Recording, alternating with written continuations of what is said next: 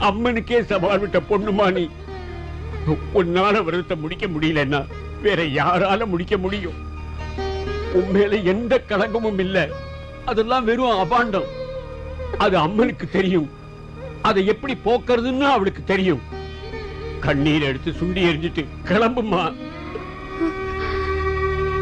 பெத்த தாய் மேல உனக்கு நம்பிக்கை இருந்தா, அந்த அம்மன் மேல உனக்கு நம்பிக்கை இருந்தா கிளம்புமா.